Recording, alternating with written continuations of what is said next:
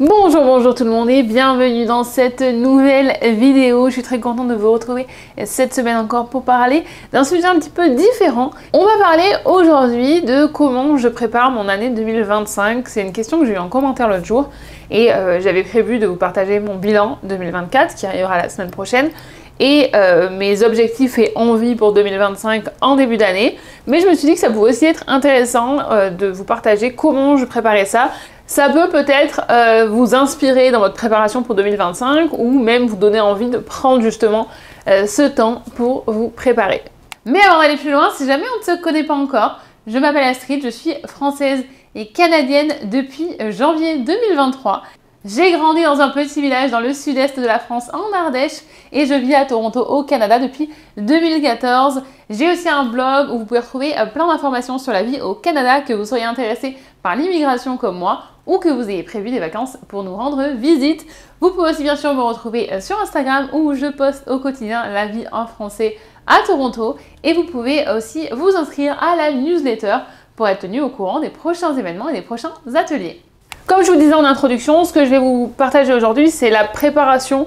C'est pas ce que j'ai prévu encore. Donc ça, je vous le garde pour le début de l'année, mais comme ça, je peux vous donner certaines pistes. Et des fois, je me dis que d'entendre des choses de la part de quelqu'un d'autre ou d'entendre comment une autre personne prépare, ça peut nous apporter d'autres perspectives. Je sais que personnellement, il y a d'autres façons de penser ou d'autres perspectives que j'ai découvertes grâce à d'autres vidéos YouTube. Donc je me dis que peut-être, voilà, je suis contente si je peux vous apporter d'autres perspectives.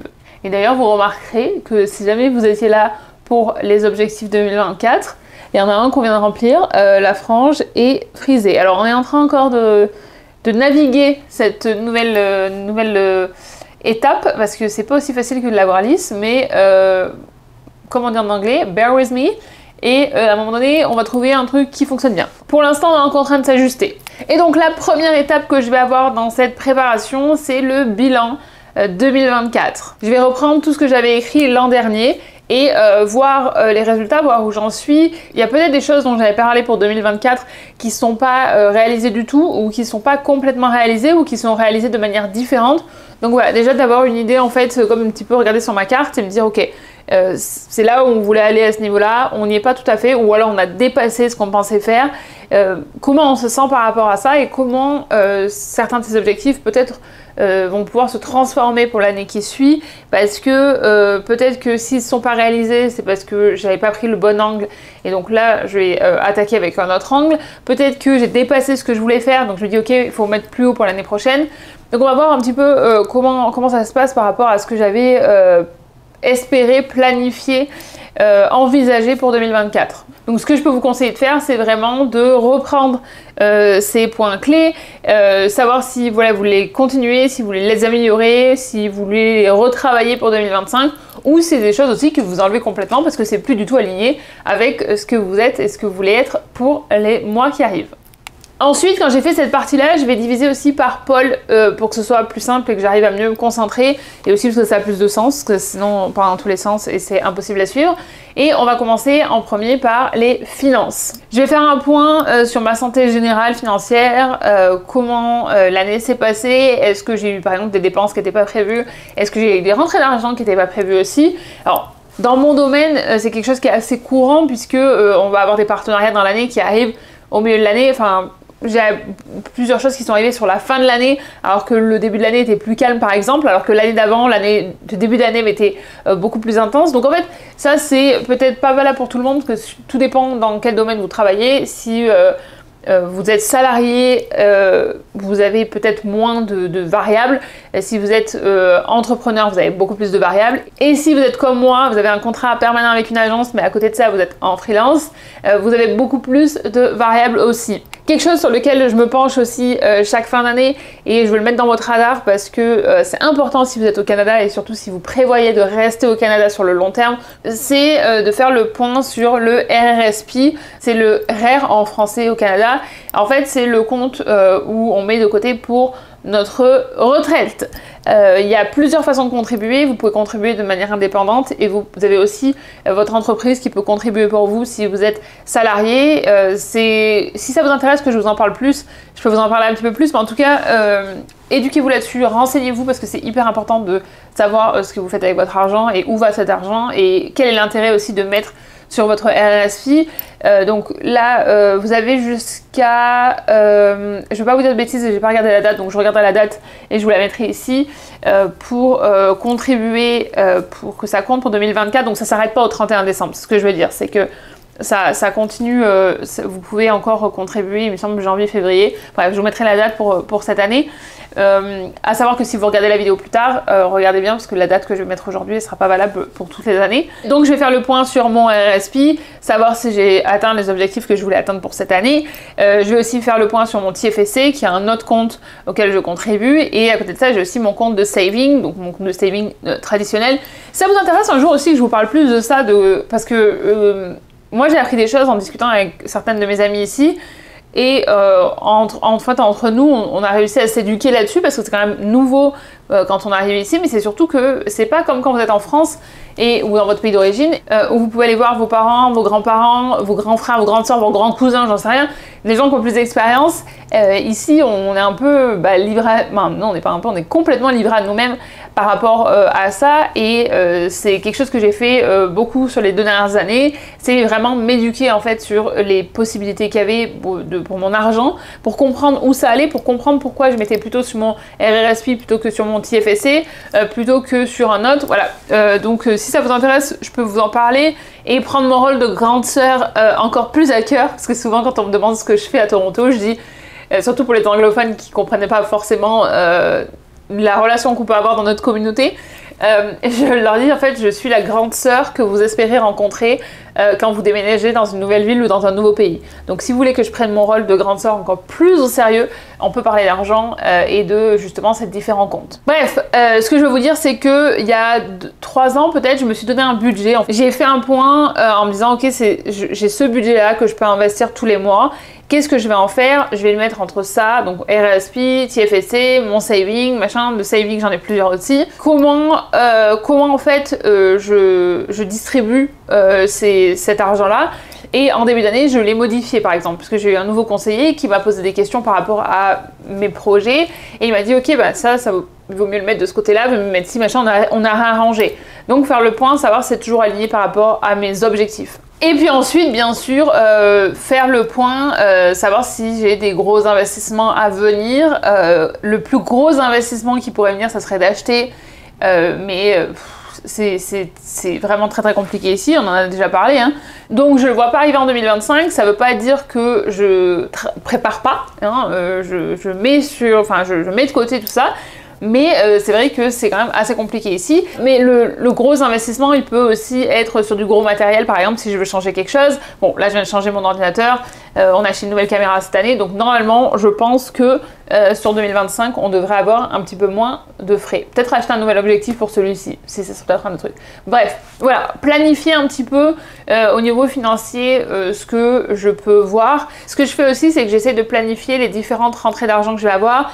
Je fais aussi un tableau avec des estimations et je rentre aussi les contrats qui sont déjà validés pour 2025. Comme ça me donne un petit peu une idée. Et je me donne aussi des objectifs. Donc là, les objectifs, c'est plus au niveau pro. C'est de me dire combien j'aimerais que mon activité... ce que je fais ici, là, combien j'aimerais que ça me rapporte. Je vous partagerai aussi combien j'ai gagné sur YouTube, par exemple, en 2024, parce que l'année dernière, ça vous avait beaucoup intéressé. Donc voilà, j'essaye d'avoir une idée la plus claire possible des dépenses qu'il va y avoir. Donc pour résumer, je fais le point sur ma santé financière actuelle, sur les dépenses que je pense qui vont arriver sur 2025, sur les rentrées d'argent qui devraient aussi arriver et savoir comment je vais investir mon argent. Ensuite, on passe au point suivant et on va parler de la santé. C'est hyper important de faire aussi un point sur votre santé. Par exemple, faire le point sur ce qu'il va falloir faire en 2025. Par exemple, si vous avez des mammographies à faire, si vous avez des frottis, d'ailleurs ici on appelle ça le PAP. Tout ça, d'essayer de le planifier aussi pour être sûr que vous prenez vos rendez-vous dans les temps. Je vous dis vous, mais je me parle à moi-même quand je dis ça aussi. Si vous êtes en Ontario, vous allez aussi recevoir un courrier qui va vous dire en fait que vous n'avez pas fait de frottis depuis tant et qu'il faut donc le faire. Donc normalement vous avez aussi un rappel, mais c'est bien quand même de savoir ce que vous avez à faire parce que c'est notre corps, c'est nous qui en sommes en charge. Donc c'est important. Là je parle dans mon cas, donc je donne des exemples qui s'appliquent à moi, mais après chaque personne l'applique à soi-même. Si vous avez d'autres choses à faire vérifier, je vous encourage vraiment à prendre ça au sérieux. Par exemple en janvier, j'ai rendez-vous pour faire vérifier mes grains de beauté. Si vous me suivez sur Instagram, c'est le rendez-vous que j'ai loupé en fait il y a une semaine, 2 semaines, où je me suis pointée le lendemain. Donc ça par contre voilà, je vais le faire vérifier pour voir comment ça évolue, pour être sûr qu'il n'y a pas de problème. Mais après je vous donne des exemples qui s'appliquent à moi, mais je vous encourage voilà, à faire la liste des choses que vous allez devoir faire en 2025 et être sûr de les planifier correctement. La santé c'est essentiel, on le répétera jamais assez et c'est hyper important de le prendre au sérieux. Moi je suis vraiment d'avis d'être proactive et de faire tout ce que je peux faire pour me sentir bien, pour être en forme. C'est pour ça que je vous encourage aussi à faire des prises de sang, parce que c'est comme ça que vous allez détecter s'il y a aussi quelque chose qui ne va pas. C'est comme ça que j'ai compris pourquoi j'étais si fatiguée. C'était un gros manque de fer. D'ailleurs ça va mieux, je reprends des couleurs depuis. Parce que j'étais vraiment pâle et c'est un des symptômes. Donc ça c'est très important. Et un autre sujet que j'ai toujours vraiment très peur d'aborder ce sujet-là en vidéo, parce que j'ai pas envie d'avoir les avis des uns et des autres, mais j'ai quand même envie de vous le partager parce que je sais qu'il y a d'autres personnes qui sont dans mon cas qui regardent ces vidéos-là. C'est que aussi si je fais très attention à ma santé, que je fais attention à moi, et on va parler après du sport, c'est aussi parce que je vais avoir 37 ans de le dire à vote, je l'ai écrit dans mes notes, mais de le dire à vote. J'aimais bien 36. Mais ça m'a fait pareil quand j'étais passée de 26 à 27. À 27, je suis là, ah non, j'aime pas trop celui-là. Mais je vais avoir 37 ans en fait en début d'année, pour ceux qui ne le savent pas. Si jamais on veut avoir un enfant dans les prochaines années, je veux aussi, moi, être au maximum de ce que je peux faire pour me sentir bien dans mon corps et pour être en meilleure santé possible. J'ai eu un commentaire l'autre jour de quelqu'un qui était hyper bienveillant par rapport à ça et ça m'a fait plaisir de voir qu'il y avait encore des gens qui étaient bienveillants par rapport à ça, parce que c'est des questions en général que j'évite parce que, comme je vous disais, j'ai pas envie d'avoir l'avis de tout le monde et de me dire que je devrais faire ci ou je devrais faire ça. Chacun est maître de sa propre vie et c'est pas parce qu'on est sur internet que derrière l'écran il n'y a pas des gens avec des sentiments et du vrai ressenti. Donc faites attention à ce que vous dites, et même si vous pensez le dire avec toute la bienveillance du monde, des fois les choses elles peuvent blesser les personnes qui sont de l'autre côté. Donc voilà, je voulais juste que on parle rapidement de ça parce que j'imagine que ça peut parler à d'autres personnes qui ont le même âge que moi et qui sont dans la même situation. Donc voilà. C'est la fin de ce sujet-là et on passe à la suite. La suite, c'est le sport, et dans le vlog de mercredi, je vous ai filmé certaines de mes routines, donc vous allez voir ce que je fais, mais c'est vrai que depuis 2 ans, j'ai repris le sport, et encore plus cette année, parce que ça me fait me sentir bien, parce que je me sens vraiment forte, et parce qu'aussi, je sais qu'en vieillissant, c'est ça qui va m'aider à mieux vieillir, et que j'essaie de faire tout ce qui est en mon pouvoir, tout ce que je peux maîtriser pour me sentir mieux. Et donc, je vais placer aussi mes objectifs pour 2025, savoir ce que j'ai envie de faire. Je pense qu'on va être beaucoup axé sur la régularité, sur peut-être tester de nouveaux sports et surtout je pense être de plus en plus à l'aise et m'améliorer dans le pilates, dans le yoga, parce que c'est là que je prends énormément de plaisir.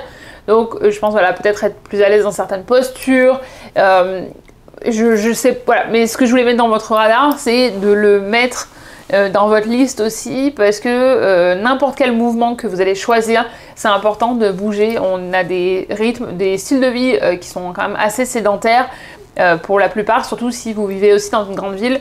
On peut facilement se déplacer en transport et, enfin bon, facilement, si vous vivez à Toronto avec nos deux lignes de métro, je m'emballe un petit peu, mais ce que je veux dire, même si vous habitez pas dans une grande ville, vous avez une voiture, vous marchez pas tant que ça. Finalement, je marche peut-être plus que certains en fait qui habitent pas dans des grandes villes. Bref, c'est un sujet pour un autre jour.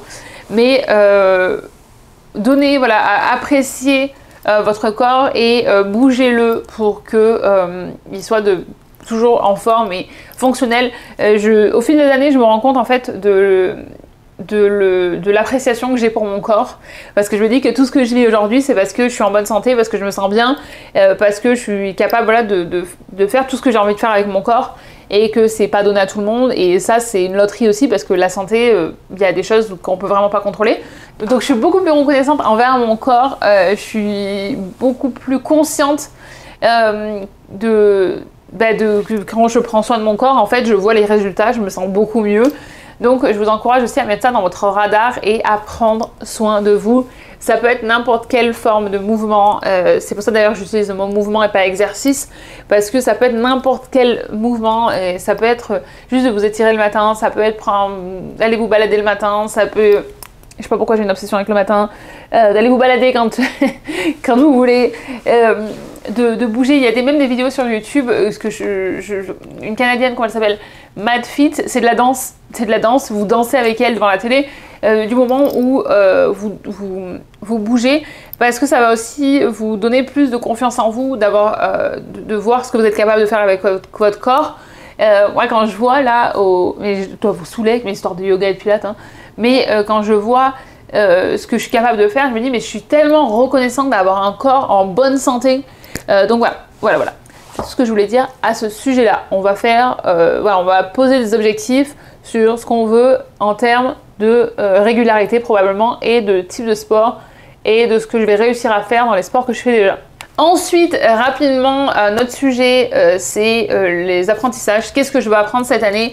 Est-ce qu'il y a des choses que je veux apprendre de zéro, que je connais pas du tout? Est-ce qu'il y a des choses que je veux améliorer? Je veux vraiment voir en fait ce qui peut me faire plaisir, ce que je peux ajouter à ce que je sais faire déjà. Savoir s'il y a quelque chose qui me fait du bien, qui m'intéresse. Par exemple, il y a 2 ans, j'ai acheté tout ce qu'il fallait pour réapprendre à tricoter. Alors c'est vrai que depuis, comme je n'ai pas du tout touché, on s'est servi de la laine pour attacher mes tomates qui poussaient sur la terrasse cet été. Donc c'est pas vraiment une réussite. Mais le fait d'en parler avec vous, ça me donne envie de me remettre sur le sujet, et peut-être parce que je me dis comme ça je peux faire ça le soir dans la télé. En fait je cherchais aussi à ce moment-là d'autres choses à faire qui impliquaient pas des écrans, parce que le problème qui est pas un vrai problème, mais c'est que j'adore ce que je fais, et donc je peux passer des heures sur mon ordinateur à créer du contenu, à écrire des articles. Là j'ai écrit tellement d'articles sur les dernières semaines. Je crois que c'est mon record depuis très très longtemps. Allez voir le blog s'il vous plaît, allez voir le blog. Cette année, de toute façon c'était un de mes objectifs il me semble, de reprendre mon blog en main, donc c'est clairement réussi.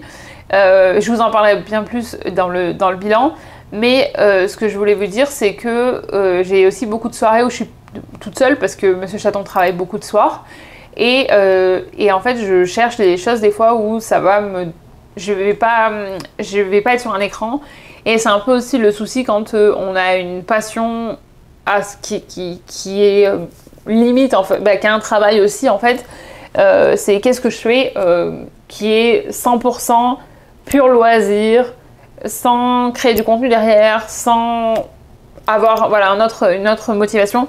Donc peut-être que vous allez voir qu'un jour je vais me remettre au tricot, j'en sais rien, mais ça peut être n'importe quoi, mais voilà, essayez de noter quelque chose que vous aimeriez apprendre. Ensuite, je vais faire la liste de mes projets, et un des projets, et qui va pas vous sembler fou, hein, franchement, je vais pas vous attendez pas à un truc incroyable, c'est que j'aimerais vraiment ranger et optimiser mon dressing, parce que c'est vraiment une catastrophe.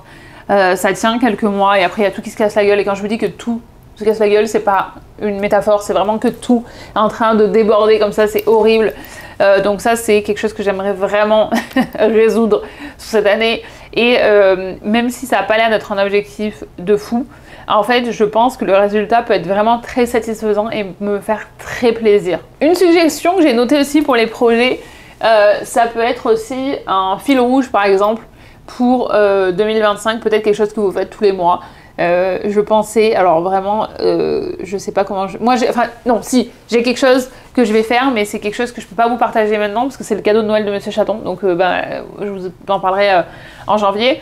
Mais il y a aussi le fait que je me suis dit, peut-être que je peux faire tous les mois un album photo de ce qu'on a fait, ou un truc comme ça. Donc je sais pas, ça n'a pas besoin d'être un truc de fou, comme je disais. C'est juste des choses qui vous font plaisir et qui vous font du bien. En fait, je voulais aussi parler de quelque chose par rapport au projet, c'est que après avoir déménagé à l'étranger, en fait, on a envie de vivre que des trucs incroyables comme ça.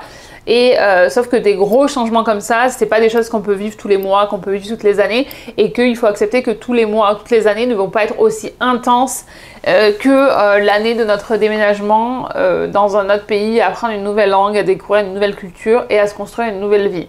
Moi par exemple, après avoir déménagé, j'avais envie de vivre que des choses aussi intenses, et en fait, c'est pas possible de tenir ça sur la durée, c'est pas sain. Et c'est pas réalisable, donc ça nous met aussi dans une position où on va toujours avoir l'impression d'être un échec parce qu'on n'arrive pas à vivre des choses aussi intenses.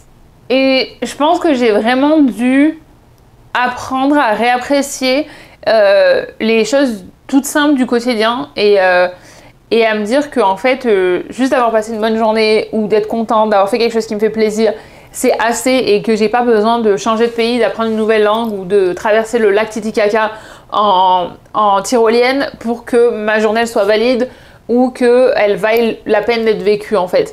L'objectif en fait, je pense que c'est vraiment de se sentir bien, de se sentir aligné avec soi-même et de faire des choses qui nous font du bien, et que il n'y a pas de choses qui sont trop petites pour nous faire du bien en fait. Voilà. En tout cas, s'il y a quelque chose que j'ai bien gagné sur ces dernières années, c'est de la sagesse et de comprendre que le calme, le confort et juste les choses simples, c'est tout aussi appréciable en fait.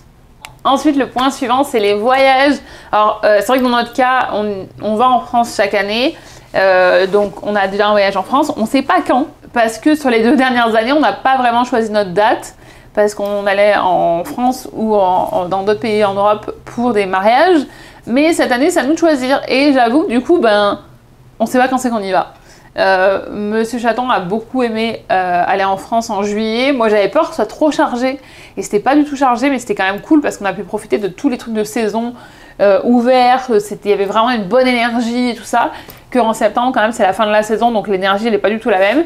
Donc on sait pas. Le truc d'aller en juillet, c'est aussi qu'on loupe juillet ici, et je trouve que l'été est beaucoup plus court du coup à Toronto, et si on ne profite pas de l'été à Toronto, c'est un peu plus difficile de se taper que l'hiver en fait. Bref, on est sur ce sujet-là, et on aimerait aussi faire d'autres voyages. Je vais pas vous dire où encore, je sais plus si j'ai déjà dit en fait. On a une idée de voyage en tête, et après j'aimerais bien pouvoir travailler avec d'autres destinations pour créer du contenu avec eux et pour nous permettre de vous faire voyager avec nous, mais aussi de voyager dans de nouvelles destinations. Donc ça, c'est les choses que j'aimerais faire. Dites-moi en commentaire si en 2025 vous avez prévu des voyages déjà, si c'est déjà genre tout réservé, vous partez bientôt, parce que bientôt ça peut être, enfin aussi, on est le 7, hein, donc on va faire le 8 pour vous. C'est l'anniversaire de ma sœur. Oh, si vous voulez laisser un commentaire pour souhaiter un bon anniversaire à ma petite sœur. 8 décembre. Voilà, si vous voulez mettre aussi en même temps, me dire quel voyage vous avez prévu ou les voyages que vous avez envie de faire, dites-moi en commentaire, je suis curieuse, peut-être que ça me donnera aussi des idées. Et je vais aussi faire le point au niveau pro, et honnêtement ça va me prendre aussi énormément de temps. Parce que je veux voir ce qui a marché, ce qui n'a pas marché par exemple avec les ateliers cette année, les formats, je veux voir avec quelles organisations je peux en refaire aussi pour 2025, pour plus développer, pour voir ce qui est déjà aussi prévu, parce que j'en ai qui sont prévus déjà en mars, qui sont en dehors de Toronto, donc je suis contente de ça.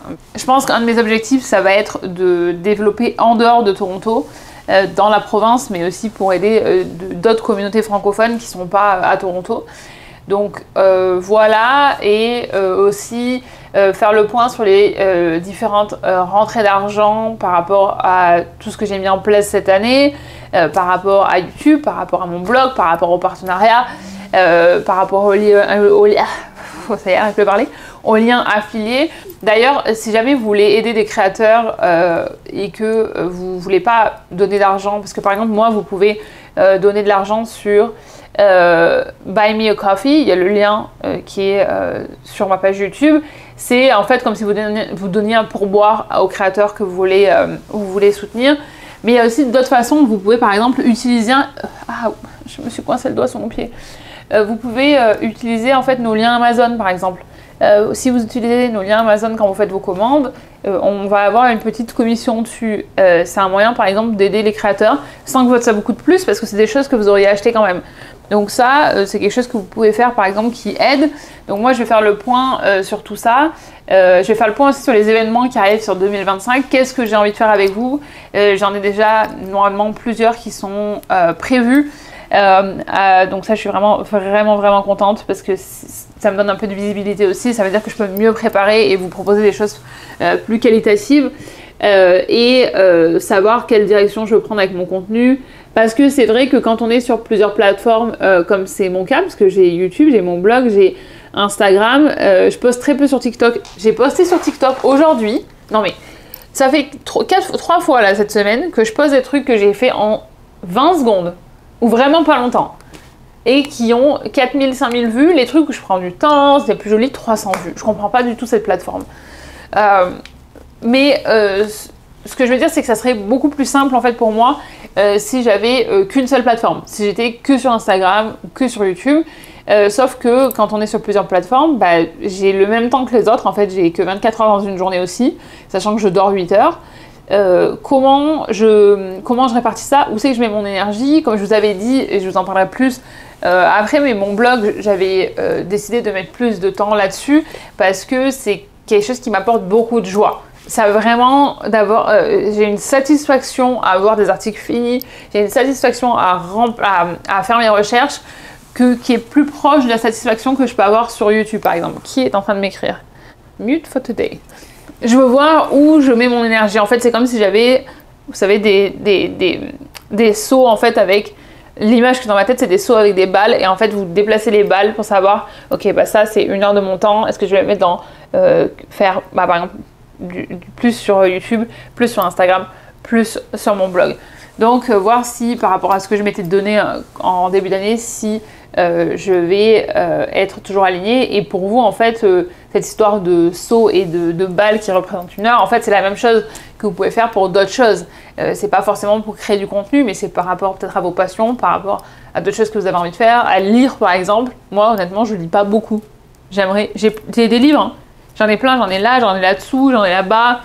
Je suis un peu saoulée parce que l'autre jour, j'ai lu un livre, j'ai pris le temps de lire un livre et il était nul. Voilà. Du coup, je voulais pas partager parce qu'il était pas bien. J'étais vraiment déçue. J'ai envoyé un message à ma soeur, je lui ai dit, tu te rends compte quand même, j'arrive enfin à trouver le temps de lire et je tombe sur un livre qui est nul. Et vous savez pourquoi je l'ai fini? Parce que je me disais, mais c'est pas possible, il va y avoir quelque chose de mieux à un moment donné et je vais le louper si je m'arrête maintenant. Non, je vous confirme, je suis allée jusqu'à la fin et c'était nul. Voilà. Quelle perte de temps. Voilà, en tout cas, ce que je voulais dire, c'est que je vais faire aussi le point sur mes objectifs par rapport à mon contenu. Et c'est aussi pour vous l'occasion de me dire en commentaire ce que vous avez envie de voir, ce que vous aimez, ce que vous avez vu, même si c'est des concepts que vous avez vus ailleurs et que moi je peux adapter pour que ça ait du sens par rapport à mon type de contenu. Je suis toujours partante pour essayer de nouvelles choses. Et c'est peut-être... Alors, ça y est, c'est plus... Faut qu'on arrête de discuter là. On arrive presque à la fin. Peut-être que une des choses aussi, c'est de prendre plus de temps pour préparer certains concepts qui prennent plus d'organisation et plus de ressources. Donc voilà, ça peut être... parce que j'ai plein d'idées, hein. Et après aussi, il y a est-ce que je vais pouvoir trouver de l'aide par exemple, parce qu'il y a des choses, comme je vous disais dans une autre vidéo, qui n'est pas encore postée en fait, donc non, vous n'avez pas entendu. C'est que des fois, je me dis que je peux pas tout faire en fait toute seule. Mais j'ai pas non plus les budgets pour avoir quelqu'un qui m'aide. Donc voilà. Bref. C'était tout pour la partie pro. Et ce que je peux dire par exemple si on a des expériences différentes, en tout cas des modèles professionnels différents, c'est que ça peut être une demande d'augmentation aussi, ça peut être aussi une demande d'avoir plus de vacances ou une demande de promotion, une montée en compétences aussi. Donc après c'est vraiment savoir qu'est-ce que vous avez envie, comment vous envisagez l'année 2025 et où est-ce que vous avez envie d'être quand on aura cette même conversation dans 1 an. Et je voulais finir avec le ressenti aussi, faire le point de comment on s'est senti cette année. Est-ce qu'il y a des choses qu'on peut améliorer? Est-ce qu'il y a des choses qui nous ont fait plaisir et on a vu vraiment que ça nous faisait du bien et que ça remplissait notre cup, comme ils disent en anglais? Qu'est-ce qu'on ferait peut-être différemment l'année prochaine pour se sentir mieux? Par exemple, moi vraiment, je dis le fait de prendre soin de moi, ça me fait vraiment du bien de manger correctement. D'ailleurs, j'entends que derrière, j'ai laissé cuire derrière, mariner. Je vais aller manger après ça. Mais c'est très satisfaisant de bien manger, de pas avoir mal au ventre parce que j'ai mangé n'importe quoi, de pas avoir faim et d'avoir envie de grignoter. Ça arrive, hein, je suis loin d'être parfaite, je grignote toujours de temps en temps. Je vais juste essayer d'être plus consciente en fait de ce que je mange et de comprendre que ce que je donne à mon corps en fait ça veut pas dire que je peux pas aller manger un burger ou je peux pas aller manger voilà, des bonbons, je peux pas, mais de le faire de manière plus raisonnable. Parce que vraiment, j'ai pu manger, enfin je l'ai fait et de manger des bonbons, des paquets de bonbons entiers, j'avais aucun problème avec ça. Et le truc c'est que c'est marrant parce que moins j'en mange, du coup maintenant plus facilement je suis dégoûtée en ayant mangé 2 bonbons par exemple. Ce qui est très bien parce qu'honnêtement, j'envie des fois les gens qui n'aiment pas les bonbons, qui n'aiment pas le chocolat, parce que j'aimerais ne pas aimer le chocolat ou les bonbons. Après, je me rappelle aussi quand même que je ne bois pas d'alcool, je ne bois pas de café, je ne fume pas, donc bon, j'aime le chocolat et les bonbons, voilà. Ça pourrait être vraiment pire.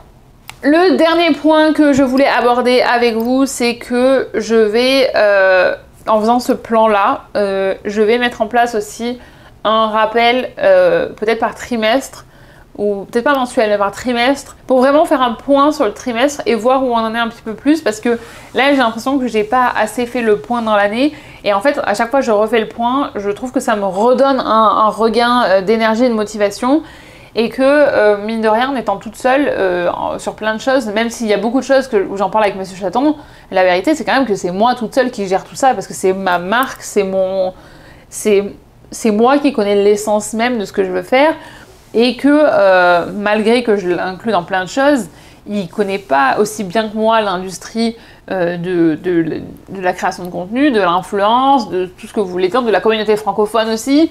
Donc à la fin de la journée, c'est quand même ma responsabilité et je suis... si je fais une réunion d'équipe, je suis l'équipe quoi. Donc je pense quand même que je vais quand même faire mes réunions d'équipe toute seule. Et des fois, je lui explique à lui pour aussi avoir son opinion, pour avoir d'autres idées, mais aussi juste parce que des fois j'ai envie de le dire à quelqu'un et le fait de le formaliser, ça me force en fait à le rendre compréhensible et surtout à l'écrire et que ce soit pas que dans ma tête. Donc c'est possible, je suis même en train de me demander si je vais pas lui faire une présentation PowerPoint pour lui présenter mes objectifs 2025 pour tout ça. Je pense que vous venez de lui donner plus de travail. Voilà. Mais tout ça pour dire que de faire ce petit point peut-être tous les 3 mois, ça va m'aider aussi à rester alignée et à être sûre que je m'échappe pas. Et ça me rappelle voilà, que je garde ma direction, ma détermination, comme il est dit dans le tatouage. Je sais plus quand c'est que je vous en ai parlé, mais je sais que j'en ai parlé il y a pas longtemps. Bref, je veux mettre plus d'intention sur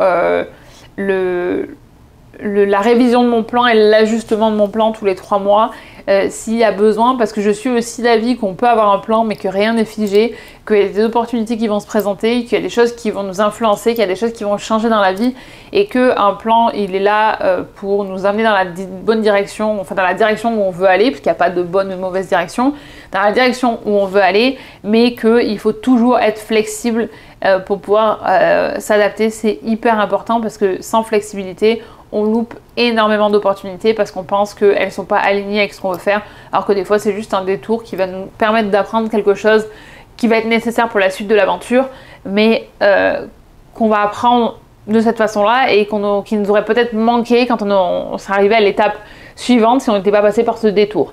Est-ce que c'est clair ou est-ce que j'ai perdu toute l'audience? Si jamais vous êtes encore là, mettez un petit commentaire s'il vous plaît pour me dire que vous êtes encore là. Parce que des fois quand je parle quand même de ça longtemps, je me dis mais est-ce qu'il y en a qui sont encore là à la fin? J'espère que ça vous aura inspiré, j'espère que ça vous aura motivé, j'espère que ça vous aura donné envie de planifier votre année. Je suis curieuse de lire vos objectifs, de lire vos envies, de lire vos rêves. Parce que j'essaie d'éviter le mot objectif parce que je trouve que c'est hyper sérieux et tout. Mais en fait, c'est vrai qu'on peut parler de nos rêves aussi. Dites-moi, voilà, dites-moi tout ça, dites-moi ce que vous en pensez. Dites-moi s'il y a des sujets que je n'ai peut-être pas couverts et que vous aimeriez que je couvre parce que je peux l'inclure dans les vlogs qui vont sortir avant la fin de l'année. Voilà. Il est vraiment joli ce pull, hein. Regardez. Il brille de partout. Je vous remercie d'avoir passé ce temps avec moi. Je vous rappelle que vous pouvez vous abonner, ça m'aide énormément. Vous pouvez partager cette vidéo autour de vous, que vous pouvez laisser un commentaire, un petit j'aime, que vous pouvez aussi aller me retrouver sur Instagram. Je vous remercie d'avoir passé ce moment avec moi. Je vous souhaite une très belle journée, une belle soirée ou une bonne nuit où que vous soyez dans le monde et je vous dis à mercredi pour la prochaine vidéo.